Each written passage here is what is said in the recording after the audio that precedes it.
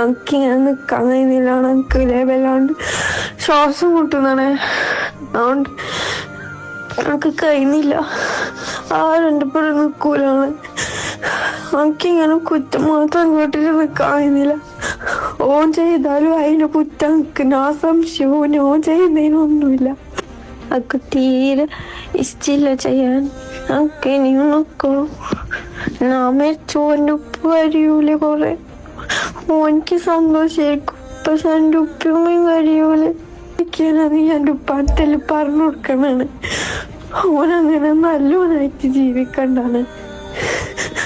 അതൊക്കെ പൊറുക്കാൻ കയ്യിലാണ്. ഓനങ്ങനെ സുഖിക്കണ്ടാണ്. അന്നെ ഇല്ലാണ്ടാക്കിയിട്ടും സുഖിക്കണ്ടാണ്.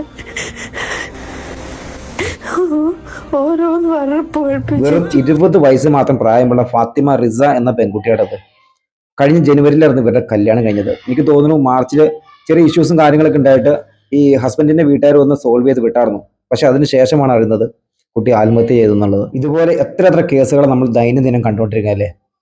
ഇതൊക്കെ ഒരാഴ്ച അല്ലെങ്കിൽ 2 ആഴ്ച സോഷ്യൽ മീഡിയയിൽ അടുത്ത വാർത്തകൾ കിട്ടുന്ന സമയത്ത് അത് തേഞ്ഞു മാഞ്ഞ് പോക്കാണ് പതിവ്. ഈ ഫോട്ടോയിൽ കാണുന്ന പയ്യനാട്ടോ ഹസ്ബൻഡ്, അവന്റെ പേര് അസീഫ് എന്നാട്ടോ. സത്യാവസ്ഥ എന്താണെങ്കിലും കണ്ടുപിടിച്ച് കിട്ടാവുന്ന വെച്ച് പരമാവധി ശിക്ഷ ആർക്കാണെങ്കിലും വാങ്ങിക്കൊടുക്കും കേട്ടോ. തേഞ്ഞു മാഞ്ഞു പോകാതെ ഇതിന്റെ പിന്നിൽ എല്ലാ